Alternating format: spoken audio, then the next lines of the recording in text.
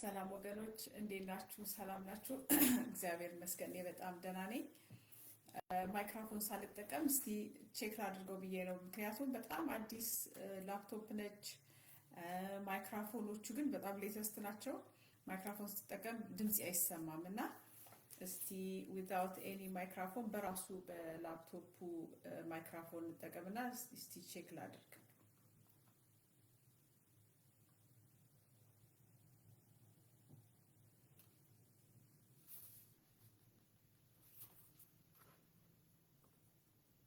ይሰማል? ሞር መሰማት አለበት። ይሰማል? 1 2 3 1 2 3 1 2 3 1 2 3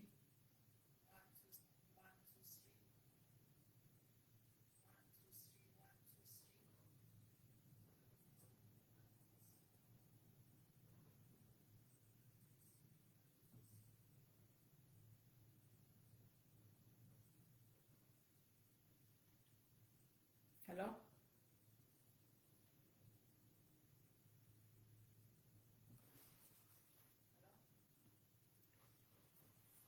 ኦኬ የሚሰማ ይመስለኛል። ዝም ብዬ ዛሬ ልሞክረው ዊዛውት ማይክሮፎን፣ ከዛ የሆነ መላ ይፈጠርለታል። ሰላም ናችሁ ወገኖች? ተባረኩ።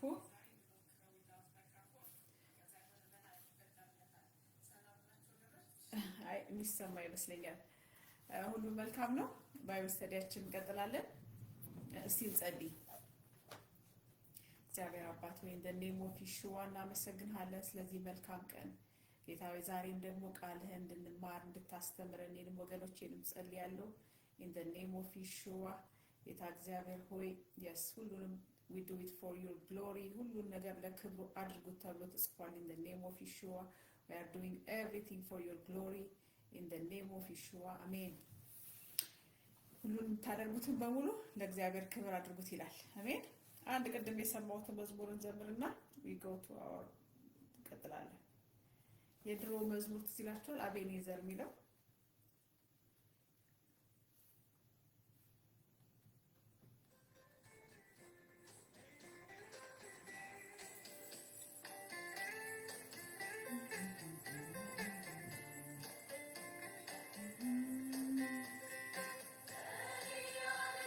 ብዙ ያለ ህዝብ ይህንን አስተዋለ ነገር ስለጎደለ አምላኬን መባረክ ያቃተን ምን ላይ ያለውን ሀሳብህን እያወቅኩት ደግሞ ፈቃድህን ያለ ምንድነው ተመስግኜ የማላውቀው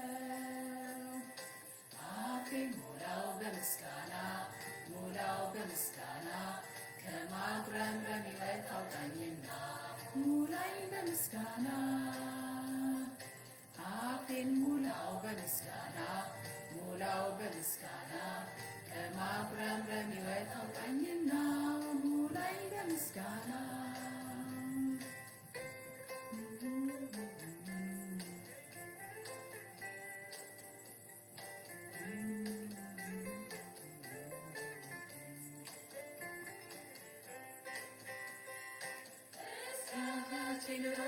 ጉርጉሮ ማሰማ ኖራለሁኝ ሮሮ ብዙ ነገር ተደርጎልኝ እንዳልተደረገ ወድባሰኝ ተሰማኝና አይኖቼ ጠርኳ ሰላሰልኳት ኮቶቼን ዋንተ ኑሯል ጌታዬ ምስጋና ይገባሃል። አፌን ሙላው በምስጋና ሙላው በምስጋና ከማጉረምረም ሕይወት አውጣኝና ሙላኝ በምስጋና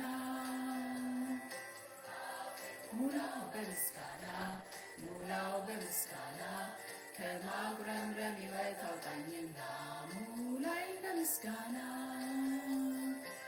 አፌን ሙላው በምስጋና ሙላው በምስጋና ከማጉረምረም ሕይወት አውጣኝና ሙላኝ በምስጋና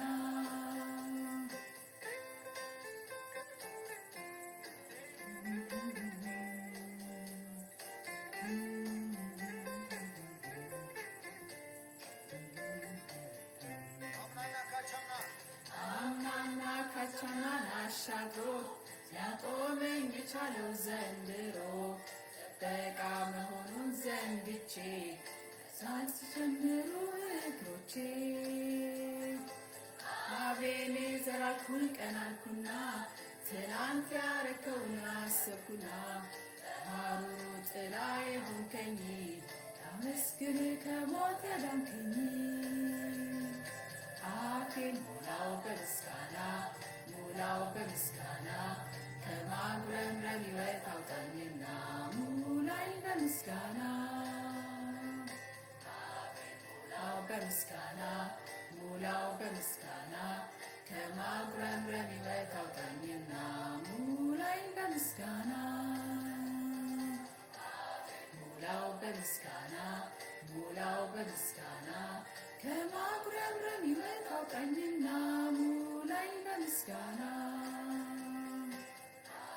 ሙላው በምስጋና ሙላው በምስጋና ከማጉረምረም ሕይወት አውጣኝና ሙላኝ በምስጋና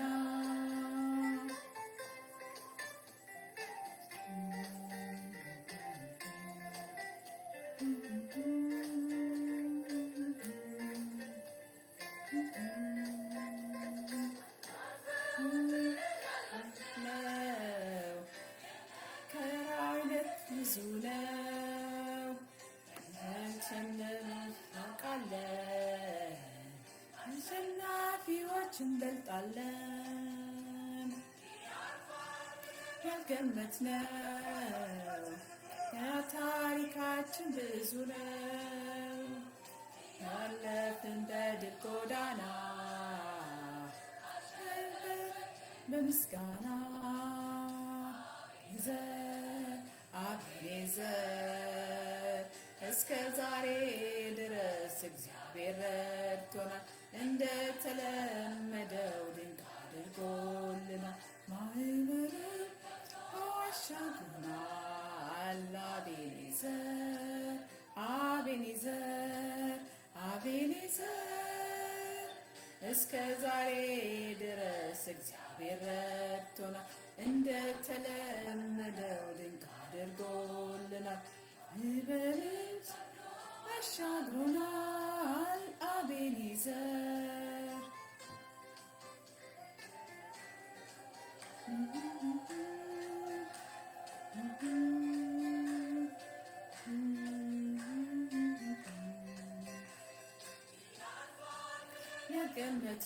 ያልገመትነው ታሪካችን ብዙ ነው። ያለፍን በድል ጎዳና ረቅን በምስጋና ያልከሰን ጠላታችን የታለ ከፊታችን ኢየሱስ ስለነገሰ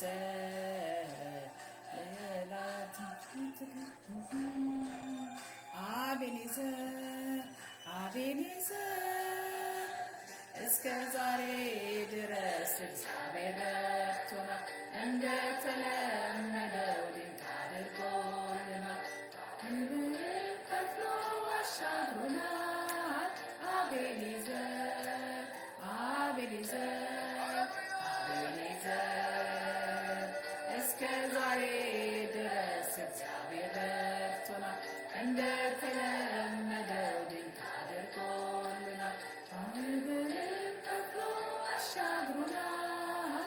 አቤኔዘር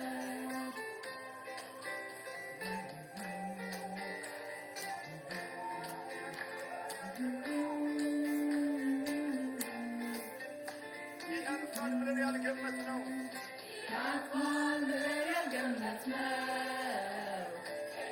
ታሪካችን ብዙ ነው። ያለፍን ጎዳና ተረጋግጠን በምስጋና እንዳንከሰን ጠላታችን አሁን የታለ በዙሪያችን ኢየሱስ ነገሰ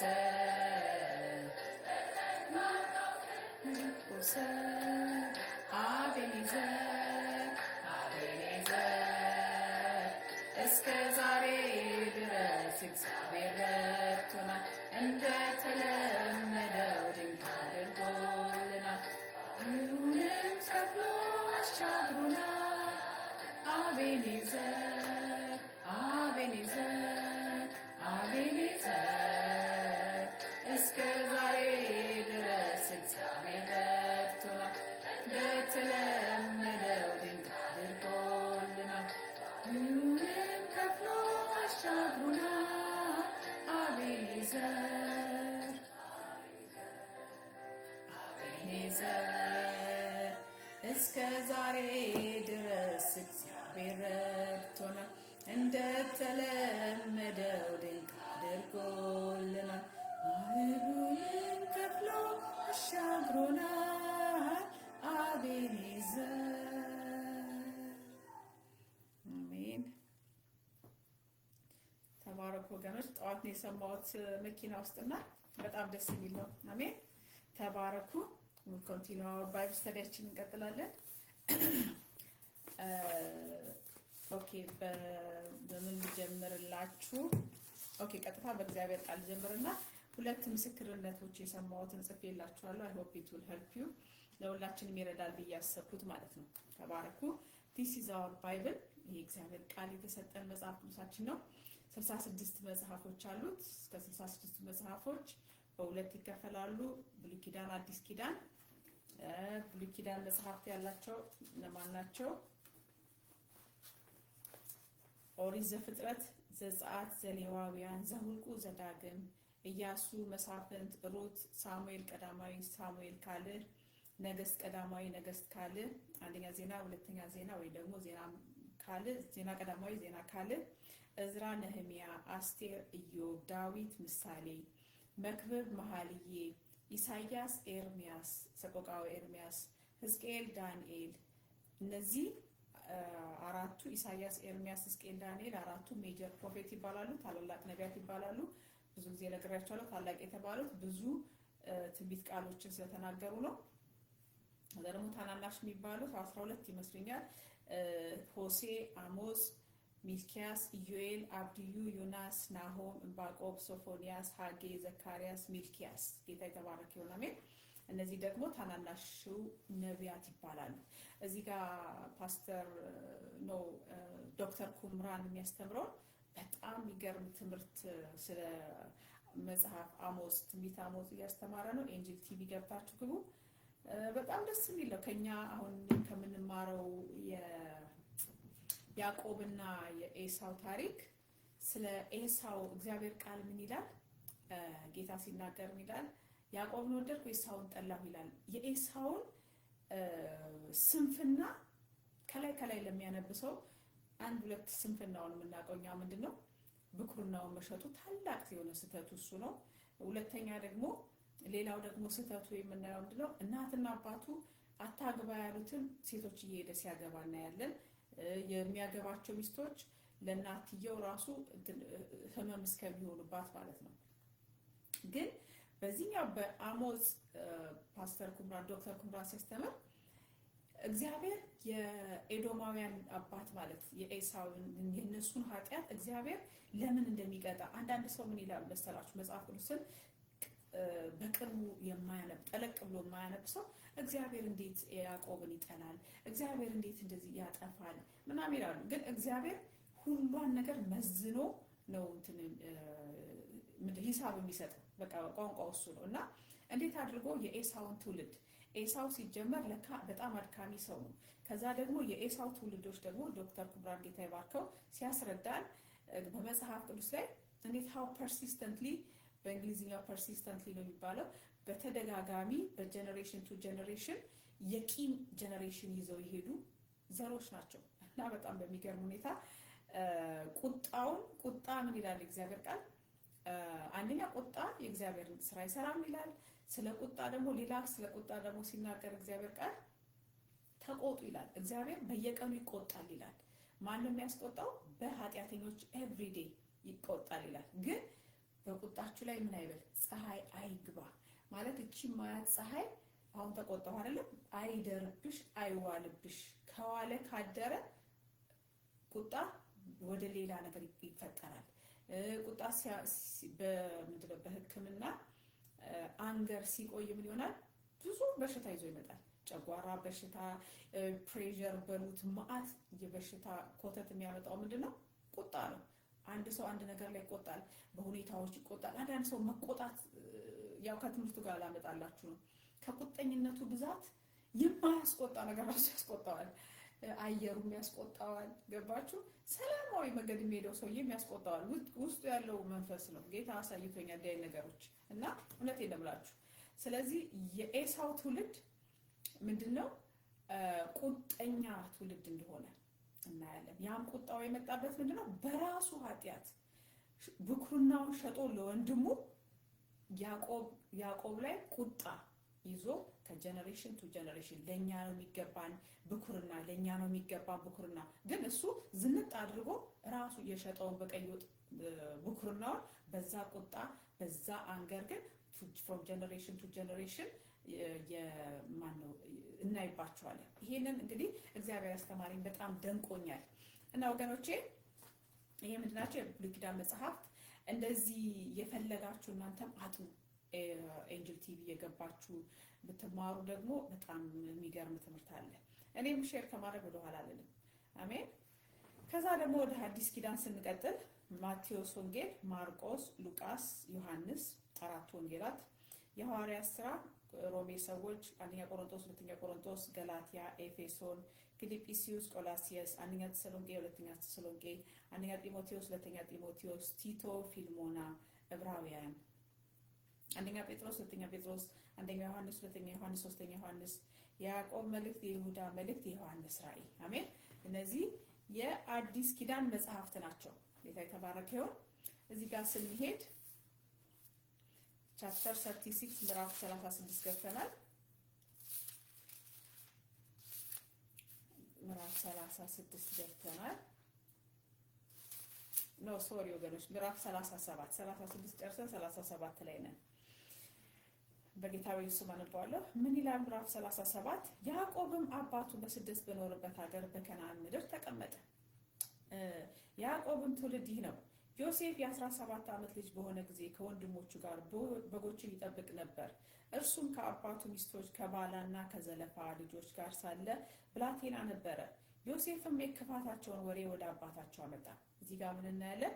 ያዕቆብ በስደት በኖረበት ሀገር በከነዓን ምድር ተቀመጠ።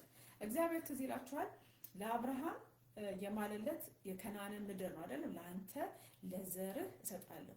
ግን እስከ አራተኛ ትውልድ ይመስለኛል ሙሉ ለሙሉ ከነዓንን እንዳልወረሱ እናያለን። አብርሃም እንኳን የተገባለትን ቃል ምንድን ነው የሚለው መጽሐፍ ቅዱስ አይ ቲንክ ባለሳሳት የምንድነው የጫማ ሳይዝ እንኳን አላገኘም። ያገኘው ምንድነው የመቀበሪያ ስፍራ፣ ያቺ የገዛት የመቀበሪያ ስፍራ ነች። አሜን።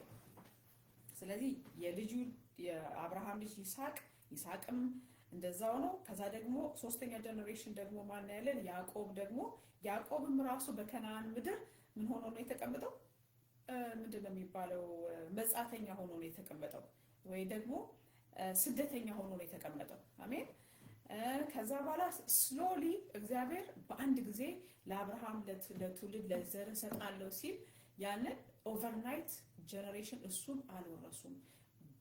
ከጊዜ በኋላ በአራተኛ ጀነሬሽን አሁን ስቲል እስራኤል ያለችበት ራሱ ሙሉ ለሙሉ እግዚአብሔር ያላቸው መሬት ምድራዊውን እንኳን አላገኙም። አሜን። ስሎሊ ቀስ በቀስ ነው የሚወርሱ ያሉት፣ የወረሱትንም በቀስ በቀስ ነው የሚያገኙት። አሜን።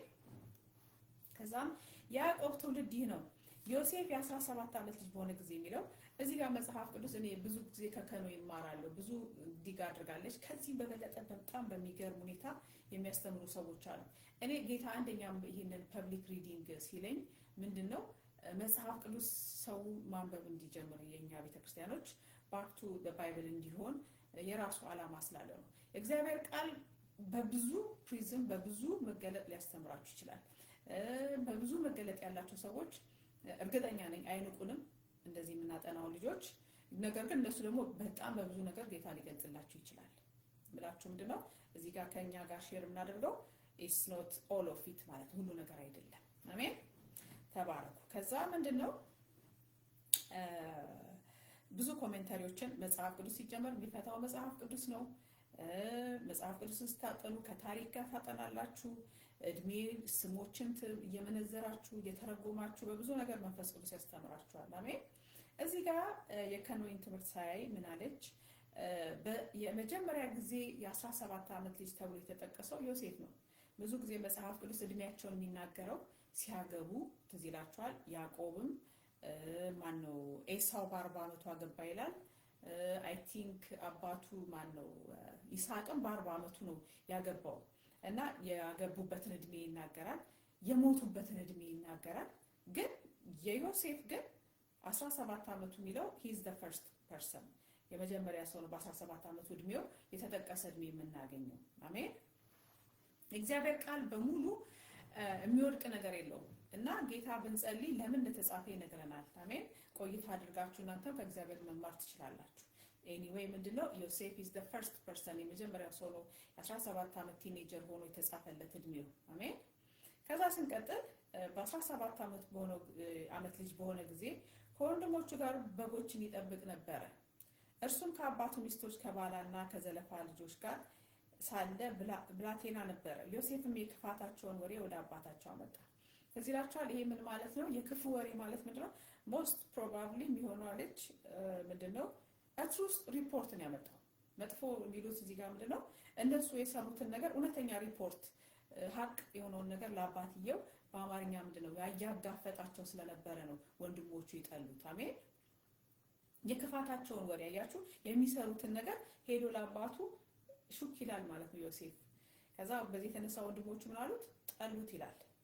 ከዛ ደግሞ እስራኤልም ይላል አባትየው ዮሴፍን ከልጆቹ ሁሉ ይልቅ ይወደው ነበር። ሜቢ እሱ ዜና ስለሚያቀርብለትም ይሆናል። ከልጆቹ ሁሉ እሱን ይወደው ነበር ይላል። እርሱም በሽምግልናው የወለደው ነበርና በብዙ ህብር ያጌጠች ቀሚስን አደረገለት።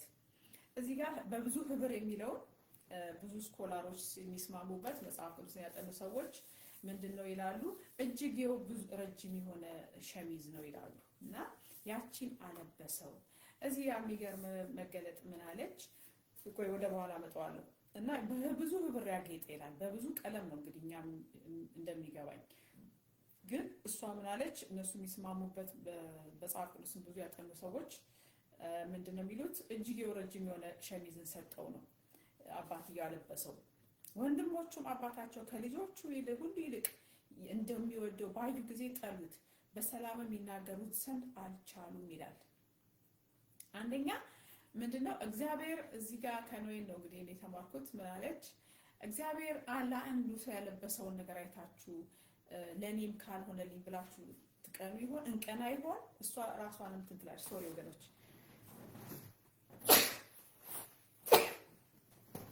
ሶሪ።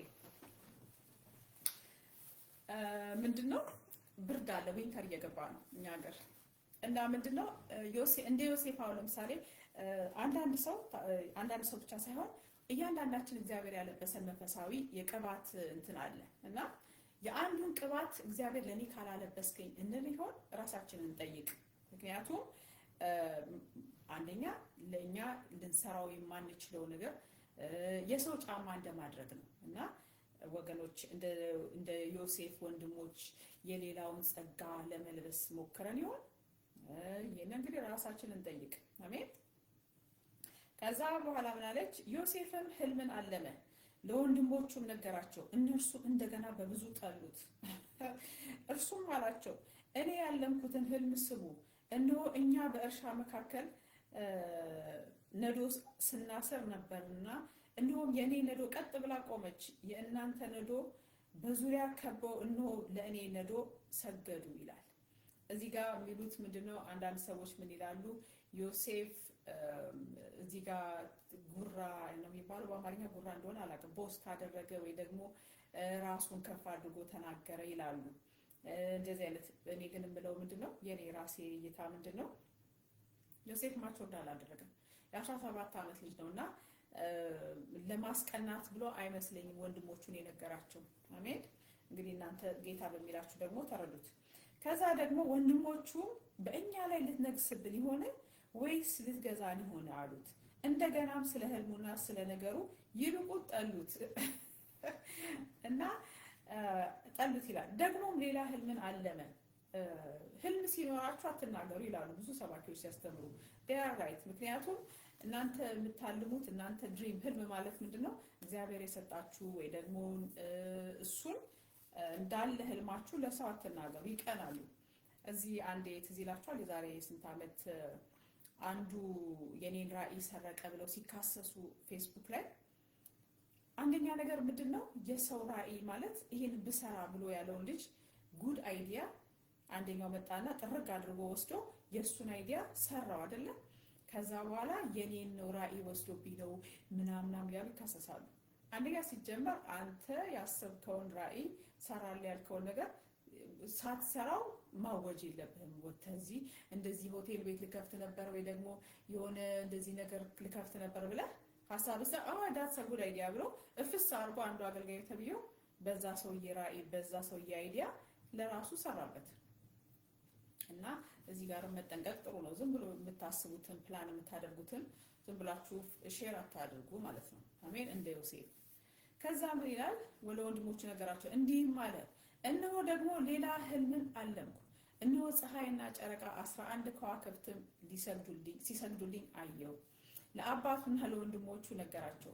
አባቱም ገሰጸው እንዲህ አለው፣ ይህን ያለምከው ህልም ምንድን ነው?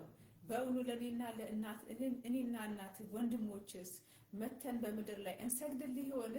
አባትየው ራሱ የህልሙን ከባድነት ተሰምቶታል እና እንደ እውነት መተን እንሰግድልህ ይሆን አለው አባትየውና ገሰጸው። ወንድሞቹም ቀኑበት። ወንድሞቹ they become jealous። ከዛ አባቱ ግን ነገሩን ይጠብቀው ነበር። አያችሁ he took him seriously ማለት ነው ያዕቆብ። ወንድሞቹም በሴኬም የአባታቸውን በጎች ይጠብቁ ዘንድ ሄዱ። እስራኤልም ዮሴፍን ወንድሞችህን በሴኬም በጎችን የሚጠብቁ አይደሉምን? ወደ እነርሱ ልክህ ዘንድ ና አለው። እርሱም እነሆኝ አለ። እርሱም ሄደህ ወንድሞችንና በጎቹ ደህና እንደሆኑ ወሬያቸውንም አምጣልኝ አለው። እዚህ ጋር ምንድነው ደህና የሚለው ሻሎም ይሉታል። ሻሎም ማለት በኢብራይስጥ ቋንቋ ምንድነው ዌል ሳውንድ ኤንድ ሆልነስን ያጠቃልላል። ያ ማለት ምንድነው ደህንነትን፣ ሙሉነትን፣ ጤናን በአጠቃላይ የያዘ ቃል ነው ደህና የሚለው ሻሎም የሚለው አሜን። እና ሻሎም መሆናቸውን ሄደህ ቼክ አድርጋለሁ። እንዲህም በስከሴኬም ከኬሴም ሶሪ ወገኖች ከኬብሮን ቆላ ሰደደው። ወደ ሴኬምም መጣ። እነሆም በምድረ በዳ ሲቅበዘበዝ ሳለ አንድ ሰው አገኘው። ሰውየውንም ምን ትፈልጋለህ ብሎ ጠየቀው። እርሱም ወንድሞቼን እፈልጋለሁ፣ በጎቹን የሚጠብቁት ወዴት እንደሆነ እባክህ ንገረኝ አለው። ሰውየውም ከእነዚህ ተነስተዋል፣ ወደ ዶታይንም እንሂድ ሲሉ ሰምቻቸዋለሁ አለው። ከዛ ዮሴፍም ወንድሞቹን ተከታትሎ ሄደ፣ በዶታይንም አገኛቸው ይላል። አሜን። እነርሱም በሩቅ ሳለ አዩት፣ ወደ እነርሱም ገና ሳይቀርብ ይገድሉት ዘንድ በእርሱ ላይ ተማከሩ ይላል። አያችሁ እዚህ ጋር ምን እንማራለን? the first thing ወንድሞቹ ለመግደል ያደረሳቸው ምንድነው? ቅናት ነው። አያችሁ ቅናት በትንሽ ነገር ይጀምርና አንደኛ በለበሰው ነገር፣ ሁለተኛ በአባቱ፣ ከዛ ደግሞ በህልሙ ምን አሉ? ይሄ ልጅ ምንድነው በቃ ትልቅ ሊሆን ነው ብለው ቀኑበት። ከዛ ያቺ ቅናት ታድግና ምን ይላል? ወደ መግደል ይመጣል። that is dangerous። አሜን። ከዛ ደግሞ ታቶ ሄደ ብሎታይ ነገር እነርሱም ገና ከሩቅ ሳለ አዩት፣ ወደ እነርሱም ገና ሳይቀርብ ይገድሉት ዘንድ በእርሱ ላይ ተማከሩ። አንዱም ለአንዱ እንዲህ አለው፣ ያ ባለ ህልም ይሄው መጣ። አያችሁ ህልሙ ነው ይሄን ሁሉ ያመጣበት፣ ልብሱና ህልሙ መጣ ይላሉ። አሁንም ኑ እንግደለውና በአንድ ጉድጓድ ውስጥ እንጣለው፣ ክፉ አውሬን በላው እንላለን፣ ከህልሞቹም የሚሆነውን እናያለን አሉ። they took him seriously ማለት ነው። ህልሙ አስደንግጧቸዋል ማለት ነው። አሜን። ሮቤልም ይህንን ሰማ፣ ከእጃቸውም አዳነው፣ እንዲህም አለ፣ ህይወቱን አናጥፋ። ሮቤል ታውቃላችሁ የመጀመሪያው ያዕቆብ ልጅ ነው። የአባቱን የጭንገረዶች ጋር የተኛ ነውና በአባቱ ላይ ያስቆጣ የመጀመሪያው ልጅ ነው ሮቤል። እና ሮቤል ምን አለ? እዚህ ጋር አባቱን ለመካስ ይመስላል፣ ከዛ ወንድሙን በማዳን ማለት ነው። እናንተም እግዚአብሔር በሚገልጽላችሁ እንዲህ ተማሩ። ሮቤልም ደም አታፍሱ፣ በዚች ምድረ በዳ ባለች ጉድጓድ ጣሉት፣ ነገር ግን እጃችሁን አትጣሉበት አላቸው። ከዛ እንዲህም ማለቱ ከእጃቸው ሊያድነውና ወደ አባቱ ሊመልሰው ነው። ለአባቱ አያችሁ ሊክስ ነበረ ይመስላል። እኔ እንደዛ ይመስለኛል። ማናት ከነዌም እንደዛ ትላለች። እንዲህም ሆነ ዮሴፍም ወደ ወንድሞቹ በቀረበ ጊዜ የለበሳትን በብዙ ህብር ያጌጠችውን ቀሚሱን ገፈፉት፣ ወስደው ወደ ጉድጓድ ጣሉት። ጉድጓድ ውስጥ ውሃ የሌለበት ደረቅ ነበረ። አያችሁ ስጋና ደግሞ ምንድነው ትርጉሙ? ወንድምን እንደዚህ ወንድማቸውን ጉድጓድ እስከሚጥሉት ድረስ የሰው ልጆች አያችሁ ክፋታችን። እነሱ ብቻ አይደሉም። ሰው ስንባል ይሄ አውሬ ኔቸር አለን እና ያ አዳማዊ ባህሪያችን እንዴት ከባድ ነው። ወንድማቸው ስጋቸውን አንስተው ጉድጓድ ጣሉት ይላል እግዚአብሔር ቃል። ደረቅ ምድረ ደረቅ ጉድጓድ ውስጥ አሜን። እንጀራም ሊበሉ ተቀመጡ፣ አይናቸውንም አንስተው አዩ። እንዲሁም እስማኤላውያን ነገዶች ወደ ግብጽ ለመውረድ ከገለአድ መጡ። ገመሎቻቸውንም ሽቱና በለሳን ከርቤም ተጭነው ነበር። ነጋዴዎች ናቸው። እዚህ ጋር ምን ይላቸዋል? እስማኤላውያን እና አይ ቲንክ ምንድነው የሚባለው ወርዱ ጠፋብኝ። በመጽሐፍ ቅዱስ ሲናን በምስብድ ተመሳሳይ ወርድ የሚጠቀምባቸው እንትኖች አሉ ነጋዴዎቹን። ሌላ ጊዜ በደንብ ቼክ አድርጌ እነግራቸዋለሁ። ይሁዳም ወንድሞቹን እንዲህ አላቸው፣ ወንድማችንን ገድለን ደሙን ብንሸሽግ ጥቅማችን ምንድን ነው? ኑ ለእስማኤላውያን እንሽጠው፣ እጃችን ግን በእርሱ ላይ አንጣል፣ ወንድማችን ስጋችን ነውና። እዚህ ጋር በጣም የገረመኝ ዮሴፍ የክርስቶስ ሳይን ነው፣ ምሳሌ ነው። እና ዮሴፍን የሸጠው ወንድሙ ይሸጥ ያለው ወንድሙ ይሁዳ ነው። ጌታ ኢየሱስ ክርስቶስን የሸጠው ማን ነው? ይሁዳ ነው። አይገርማችሁ? ጌታ ኢየሱስ ክርስቶስ እንደዚህ ነው ከዘፍጥረት እስከ ራእይ መጽሐፍ ቅዱስ ወደ ክርስቶስ ይጠቁማል የሚባለው ነውም እንደዛ ነው። እና እዚህ ጋር ስታነቡ ይሁዳ ጌታንም የሸጠው ይሁዳ ነው። ዮሴፍንም ይሸጥ ብሎ በ20 ብር ይለዋል። ወደ በኋላ ላይ በ20 ብር እንዲሸጥ አይዲያውን ያመጣው ማን ነው? ይሁዳ ነው። ይሁዳ የሚባለው ወንድሞቹም የእርሱን ነገር ሰሙት። የሚዲያማውያን ነጋዴዎችን አለፉ። እነርሱም ዮሴፍን አንስተው ከጉድጓድ አወጡት። ለእስማኤላውያንም ዮሴፍን በ20 ብር ሸጡት። እነርሱም ዮሴፍን ወደ ግብጽ ወሰዱት። ጌታ ኢየሱስ ክርስቶስን በ30 ብር ነው አይደል? ዮሴፍን ደግሞ በ20 ብር ይላል። ጌታ ይባረክና እዚህ ጋር ዮሴፍ የክርስቶስ ምሳሌነቱን እዚህ ጋር እናያለን። ሮቤልም ወደ ጉድጓድ ተመለሰ፣ እነሆም ዮሴፍ በጉድጓድ የለም፣ ልብሱንም ቀደደ ይላል። እና በጣም ያዘነ ማለት ነው ሮቤል። እና ልብሱን ቀደደ፣ አዘነ። ወደ ወንድሞቹም ተመልሶ ብላቴናው የታል? የለም፣ ከእንግዲህ እኔ ወዴት እሄዳለሁ አለ። የዮሴፍንም ቀሚስ ወሰዱት፣ የፍየልም አውራ አርደው ቀሚሱን በደም ነከሩት። ብዙ ህብር ያለበትን ቀሚሱን ላኩ፣ ወደ አባታቸውም አገቡት። እንዲህም አሉት፣ እንግዲህ አስቡ፣ ያቺ ቀሚስ ለየት ያለች ሸሚዝ፣ አባቱ ያለበሳት ሸሚዝ ቅናት አምጥታ ይህን ሁሉ ሲደርስበት እናያለን ዮሴፍ። እዛ በኋላ ይህንን አገኘን፣ ይህንን የልጅን ልብስ እንደሆነ ወይንም እንዳልሆነ እስኪ እየው ብለው ለአባትየው ይልኩለታል። እርሱም አውቆ የልጄ ቀሚስ ነው፣ ክፉ አውሬ በልቶታል፣ ዮሴፍ በእርግጥ ተበጫጭቋል አለ። ያዕቆብም ልብሱን ቀደደ፣ በወገቡም ማቅን ታጥቆ ለልጁ ብዙ ቀን አለቀሰ። ወንዶቹም ልጆቹና ሴቶቹ ልጆቹ ሁሉ ሊያጽናኑት ተነሱ። እዚህ ጋር ሴቶቹ ልጆቹ ይላል የእግዚአብሔር ቃል። ግን እስከዚህ ስናይ አንድ ሴት ልጅ ብቻ እንደነበረችው ነው፣ ዲና ነች አይደለም? አሁን ግን ሴቶች ልጆቹ ይላል። ሜቢ እንግዲህ ብዙ ጊዜ ከቁባቶች ይወልዳሉ እና ከሌላ የተወለዱ ሴቶች ልጆች ይኖሩታል ማለት ነው። አሜን። እና 11 ወንዶች ልጆች 12 ልጆች ወንዶች እና አንድ ሴት ልጅ እንዳለችው ነው የምናውቀው መጽሐፍ ቅዱስ ላይ። ከዛ ተነስተው መጽናናትን እምቢ ሁሉ ሊያጽናኑት ተነሱ። መጽናናትን እምቢ አለ። እንዲህም አለ፣ ወደ ልጄ ወደ ሙታን ስፍራ እያዘንኩ እወርዳለሁ። አባቱም ስለ እርሱ አለቀሰ። እነዚያም የሚዲያም ሰዎች ግን ዮሴፍን በግብጽ ለፈርዖን ጃንደረባ ለዘበኞቹ አለቃ ለጲጢፋራ ሸጡት ይላል። አሜን። this is still chapter 37 እዚህ ጋር 37 ምዕራፍ 37 እዚህ ጋር ያቆማል። እና ወገኖች እዚህ ጋር የምናየው ምንድነው? ቅናት እንዴት መጥፎ እንደሆነ እኛ የምንቀናባቸው ሰዎች ይኖሩ ይሆን?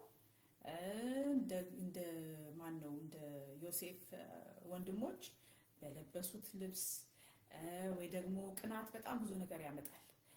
ዮሴፍ ወንድሞቹ ሊገሉት እንደጣሉት ኦልሞስት እንደገደሉት፣ አንዳንዶች ሰው ደግሞ የሰውን በማጠልሸት ነው የሚባለው።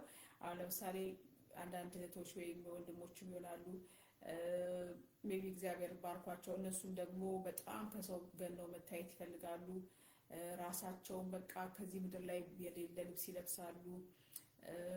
በቃ የመጨረሻ ሽብርቅርቅ ብለው ባጠገባቸው ያሉት እህቶች ወይ ደግሞ ወንድሞች ከነሱ እንትን ያሉት ቅናት ውስጥ ይገባሉ። ይሄ የሚታይ ነገር ነው። እኔ ሁለቱም አጥፊዎች ናቸው እላለሁ።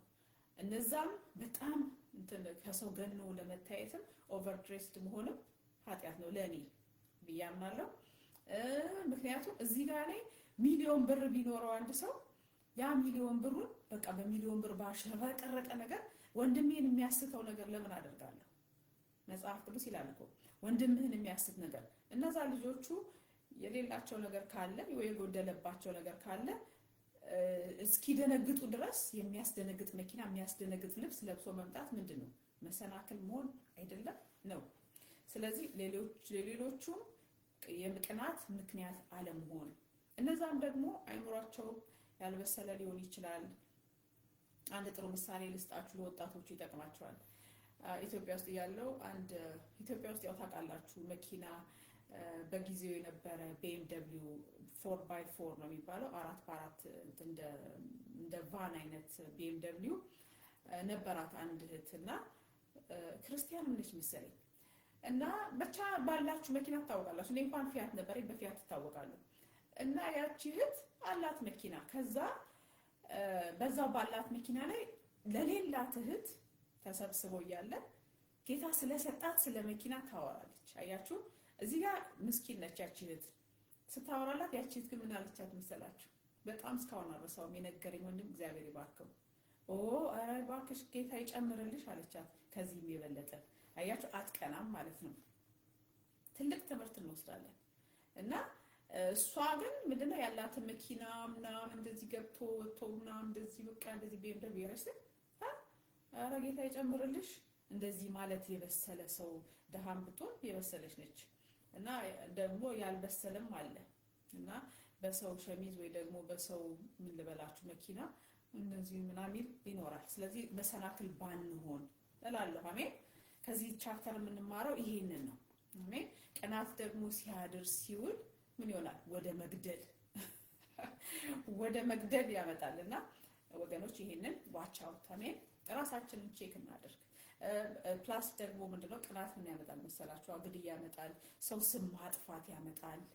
ሰዎች መግደል ባይችሉ ሰዎች ምን ያደርጋሉ? ስማቸውን ያጠፋሉ። በሰው ዘንድ ተቀባይነት እንዳይኖራቸው ምናምን። ቅባት ያላቸው ሰዎች እነሱን ምን ይሆናል? ቅናት እንዲዋጓቸው ያደርጋል። አሜን። ስለዚህ ይሄንን we have to watch out ማለት ነው። ምቀኛም ደግሞ የእግዚአብሔር መንግስት አይገባም። አሜን። ተባረኩ። 37ን በዚህ እናጠናቀቃለን። ከዛ ስንቀጥል የጻፍኩት ደግሞ ልዩ ነገር ካለ ለእናንተ ኖት ልይላችሁ። ግን አይ ቲንክ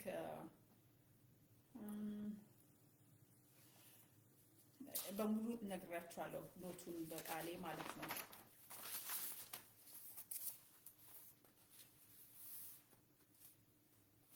not a real title. Yes. Okay. እዚህ ጋር ሁለት ከዚህ ከምዕራፍ 37 ውጪ ነው፣ ግን ለብዙዎቻችሁ ይጠቅማል ብዬ የጻፍኩትን ልንገራችሁ። ሰሞኑን እየተማርኩኝ I was touched yesterday ትላንትና የሰማሁት ፓስተር ፍራንሲስ ነው ሰሞኑን በጣም በሰማውና he gave one testimony አንድ ቴስቲሞኒ ሰጠ። ለብዙዎቻችሁ ይጠቅማል፣ ለኔም ይጠቅመኛል። ሼር ላድርጋችሁ። ምን አለ?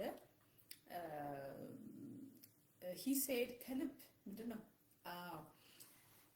በአንድ ወቅት አለ አገልግሎቴን ሰዎች ምንድነው 2 አመት አታገልግል እረፍት አድርግ ብለው ዊዝድሮ አድርግ ካገልግሎት ብለው ይሉታል። ከዛ ሲሉት ምን አለ? he took ጸሎት አደረገና ከዛ በኋላ ካገልግሎት ለማቆም ማለት ነው። ከዛ he prayed እነዚህ ሰዎች በምንም አይደለም ማለት ጀስት ለኔ ከማሰብ ነው እንደዚህ አትበል ብለው ምንድነው እረፍት ያስፈልጋል አትሊስት 2 አመት ሰርቪንግ ጋር ትንሽ ዊዝድሮ አድርግ ይሉታል። ከዛ በኋላ ሲጸልይ ያለ ጌታ ራእይ ያሳየውና በህልም ተናገረው። ያየው ራእይ በጣም ኢንትረስቲንግ ሆኖ አግኝቼዋለሁ። ራሴን አለ በምን አየሁት አለ የሩጫ ልብስ ለብሼ ሁሉም የሩጫ ልብስ ለብሶ እያንዳንዳችን ቁጥር አለን አለ ልብሳችን ላይ። አሁን ለምሳሌ እኔ አንድ ጊዜ የሆነች 17 ቁጥር እንትን ነበረችኝ የትምህርት ቤት ቁጥሬ ነው መሰለኝ 17 እና እሱን ቁጥር በምን እንደማስታውሰው አላውቅም። የክፍል ውስጥ ይሁን ብቻ 17 የምትባል ቁጥር ነበረችኝ እንደዛ ማለት ነው። እና 17 ቁጥር ለምሳሌ እኔ ብላችሁ ቲሸርቴ ላይ 17 ቢሆን ፓስተር ፍራንሲስም የራሱ እንደራሱ ሁሉም የራሱ አለው። ከዛ በኋላ ከሁሉም ውስጥ እንትን ብዬ ወጥቼ ከሩጫ ስወጣ ጌታ መጣና ጌሪን ላይን አለው መተህ ወደ ላይንህ ግባ ወደ ሩጫ ላይን ግባ ምክንያቱም ምንድነው የራስ ቁጥር አለህና you have to finish your race አለኝ አለ። እና የራሳችሁ ቁጥር አላችሁ ሩጡ ይላል። ዋው አልኩኝ። ራሳችን የተሰጠን ቁጥር አለ ወገኖችና በምንም ነገር ከሩጫ ሜዳ ከአገልግሎት ሜዳ እንዳትጠፉ። አሜን። ይሄ ትልቅ መገለጥ ነው። እና በመንፈሳዊ ዓለም ለካ ቁጥርም አለን ብዬ ለራሴ ትምህርት ወሰድኩ። እኛ ጌታ መጥቶ ሲወስደን ነው እንጂ እንትን አንልም ከአገልግሎት አናቆም። አሜን። ተባረኩ። that is all I have for you today ይሄን ይመስላል። ከሩጫችንም አናቆምም ከሜዳም አንወጣም ሩጫችንን እንጨርሳለን። ይሄ ትንሽ ደስ ስላለኝ ነው። ተባረኩ። እዚህ አንድ እንትን አለ ቤተሰብ ሄጄ ላናግራቸው ስለምወጣ ስለፈለኩ ነው። ተባረኩ። have a good day። እናንተም ቀጥሉ እንቀጥላለን። ባይ